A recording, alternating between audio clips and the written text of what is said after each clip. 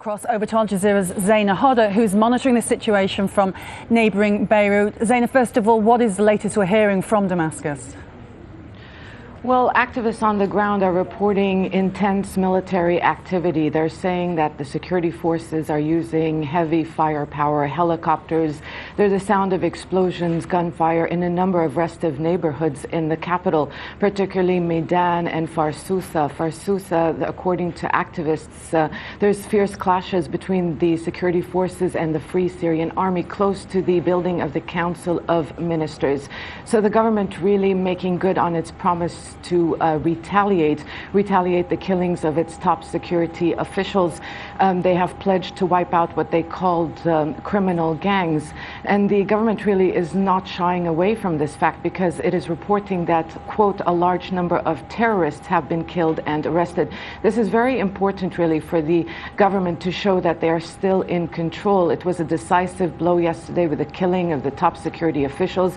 These men really are the men behind the war effort, men the Syrian President Bashar al-Assad were relying on. So right now it needs to improve its image, its standing. The prestige of the regime has been shattered, and losing control of Damascus really shows that the government is slowly losing its grip over the country. There was talk over the last couple of days that Assad was moving troops from outside of Damascus to really shore up, I suppose, defences in Damascus as the fighting intensified. Are we hearing any more of that he's bringing more troops in?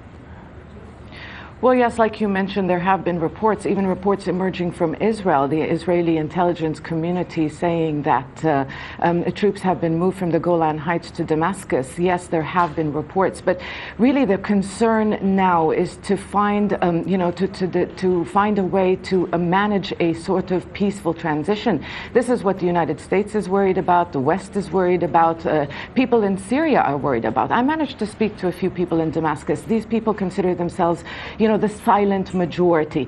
They tell me that we do not necessarily support the regime, but we don't support the opposition either. We are worried that our country is being destroyed, and we're worried about the chaos the day after Bashar al-Assad leaves power. They are worried that if the opposition does take control, it's fractured, it could cause more divisions, more sectarian killings in the country. So right now there seems to be a consensus that it is only a matter of time before the regime falls.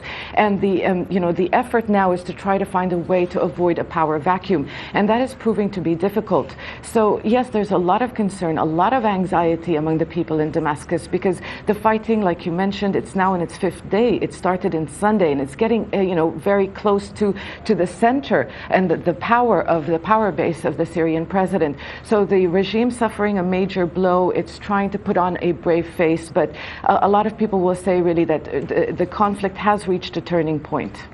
Many thanks, Zeina. Zeina Khodr there with the latest on the Syrian conflict.